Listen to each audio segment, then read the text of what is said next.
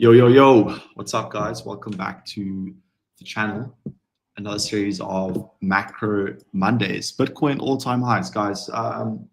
Yeah, so I have been stopped out of my trade. I did have a trade on Bitcoin looking for a move down to about 100K. The short position looked something like this. And then obviously with the move going down there, giving it an okay risk to reward. However, yeah, I have been stopped out of my short trade, which, yeah, fair enough. All-time highs was the stop loss. This price action, we did break through. This is a very bullish candle last week, Wednesday, and it has just continued on. And of course, being stopped out with all-time high yesterday on a Sunday. Now, in my opinion, the market is bullish. It is tough to short. Personally, I wouldn't be looking for shorts now or adding for shorts at the moment. Shorting all-time highs is scary because what happens after all-time highs is usually all-time highs. And one big reason for that is the weekly close. So here's Bitcoin on the weekly time frame. Yes, there is signs of bearish divergence, which is, of course, we're getting higher prices over here. My bad, let me draw that again. We are getting higher prices over here, and we are getting lower highs on the RSI. So this is a bit of a caution. However, not too much to worry about at the moment, because if the RSI does rise a little bit more, so let's just make this super clear for everyone. The RSI still has room to rise. So what you can see here is the RSI could still easily make a move up into the zone over here, which of course would be this could easily be a quick move up into that, 135K, who knows? But what I can picture is, even a push up to this trend line over here, 150K. That would be a bit, it's quite a big move from here. But who knows, guys? These huge bullish engulfing weekly candles can lead to massive upside moves. That's what we saw.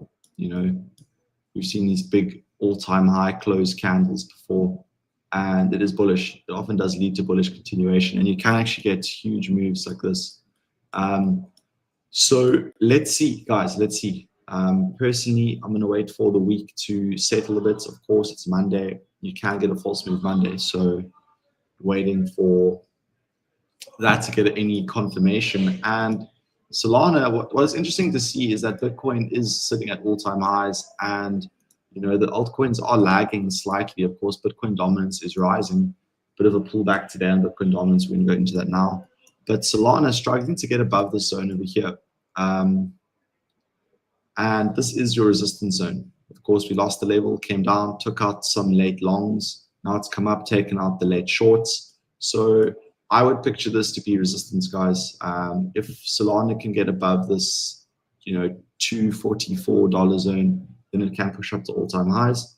But for now, this should be resistance. Going into Ethereum, Ethereum starting to show a little breakout here, which is quite bullish, in my opinion. Here we go. Here's the breakout right over there. So this could easily take it up to, take out this high or this high over here. I am still in my trade. I was looking for a rejection between the 50% level and this trend line up here. Build a short in the zone over here. Very high probability trade, but of course, this one hasn't gone our favor yet, but it's not over, guys. I'm only going to get stopped out at about that 4780 zone. So happy to hold this. And I do think, there's a lot of movement to the downside, which can happen very fast. I think, if we do break to the upside, it could be just a slow grind. I do think the money at the moment is in the shorts, but we're going to have to wait and see. What you can see is that, altcoins are actually going nowhere. So if you have a look at XRP, guys, from low to high, it's well below its 50% level, coming in at $3.16 over there. So this will be resistance. It's in the weaker half of the range, and it's technically gone nowhere since July. It's gone nowhere since July, and it was trading at these prices as well at the start of the year in January. So it's gone sideways almost for 260 days. And to be honest, the same with Ethereum. Yes, it has been extremely choppy, but hasn't really gone anywhere. But this could be the pullback for the next big move. If we do close today's candle outside of this descending resistance, then I do think we can come and trade to these highs, and I'll potentially get stopped on my trade. ETH BTC. So what you can see for ETH BTC is it did break out of this long-term trend line over here, but it has recently broke back in. So I'm going to zoom in now again quickly. You can see it has broken back in, and it now is testing this 50-day EMA as resistance. You can see we have tested the zone as resistance over here. So let's see if we can get above here. There's still serious resistance over here, which will be tough to get through. In my opinion, I do see a Bitcoin dominance rally, which should bring this down. We could see a move, all the way down to this 200-day EMA. It lines up nicely with these highs over here. You can see these zones over here. So this could be a move on ETH BTC. Let's see, guys. This would obviously be, in my opinion, would come from a crypto dump. I just don't see Bitcoin tearing up 10% whilst altcoins don't move at all. I just can't see that at all. And this, 13% move. So Bitcoin would have to literally pump 10% and ETH do nothing, which I just can't see at this stage. So I am seeing a move to the downside. Bitcoin dominance. Ever since we did take this high out over here, I have been cautious in the crypto market looking for downside, mainly because with Bitcoin dominance rising and ETH BTC coming down, it doesn't make sense that it pumps. Like, yes, of course, Bitcoin can pump and it can happen, but it makes more sense for crypto to dump and Bitcoin dominance move to the upside whilst the altcoins bleed heavily. That's what makes sense in my mind. USDT dominance has, though, broken down this important trend over here. There was, that prior call of a potential inverse head and shoulders, which looks something like this. But this has been negated, of course, taking out the right shoulder. We have lost the right shoulder, so this is no longer valid. So no worries about that. So we can take this off the table. Let's see. It has closed 3 daily candles outside here. So to be honest, the risk to the downside is there for USDT dominance, which is actually bullish for the crypto market. So I do think this weekly close has been bullish, demonstrated over here, taken a big move to the upside for the crypto markets, of course. But it has been choppy, guys. We can't say that it hasn't been choppy. It hasn't actually left this range for a while. It's been in this trading range since July. So, of course, July, August, September for 3 months. So it is boring. It is choppy. It is, in my opinion, not worth being exposed to any side. You can sit on your hands because we are in the trading range. We haven't started the markup phase or the markdown phase. So let's see. Let's get into the macros quickly. The DXY above the 50-day EMA at the moment, and I'm potentially seeing a move to this 200-day EMA. We haven't seen the 200-day EMA in a while.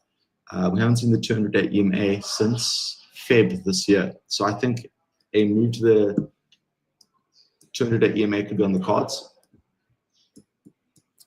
How long did it lose it for here? So here we lost it, and we saw it again after 208 days. So here we lost it, and it's been 150 days. So it could be 208 days still. We could maybe see that move in mid-December, so maybe come down again. There is bullish divergence, though, forming, which you can see. We do have lower highs over there. You can see lower highs over there and higher lows over here. Bang. So bullish divergence over there. RSI is now above the 50 zone. So let's see. I think this is a very obvious retest coming into this 100 zone over there. And then could we see that move to the downside? Of course, huge bullish price action for the stock market and the crypto market will happen if this happens? Or is it a deviation and back into the trading range again? Guys, remember this trading range that we did form over here? We were in this trading range for basically 3 years. So we could deviate over. Here we deviated over, straight back in. We have spent a lot of time underneath the range low. So, you know, a deviation could be off the cards. S&P 500, guys, bullish. Nothing bearish but all-time highs. We're also in the form of those bearish divergences over there. Still have that potential target of just below $8,000 for the S&P 500. NASDAQ, basically $25,000 NASDAQ. It's insane. I do have higher targets, of course. I think the targets might be on the futures charts. No, but I do see a potential $30,000 NASDAQ. That's still a decent move to the upside. Could have another 20% on the NASDAQ, but who knows? Who knows? It could be met with a big push up and a big push down. Here's the target over there. But guys, yeah, not too much more to wrap on. Keeping my eyes on this. We have just been going sideways, really.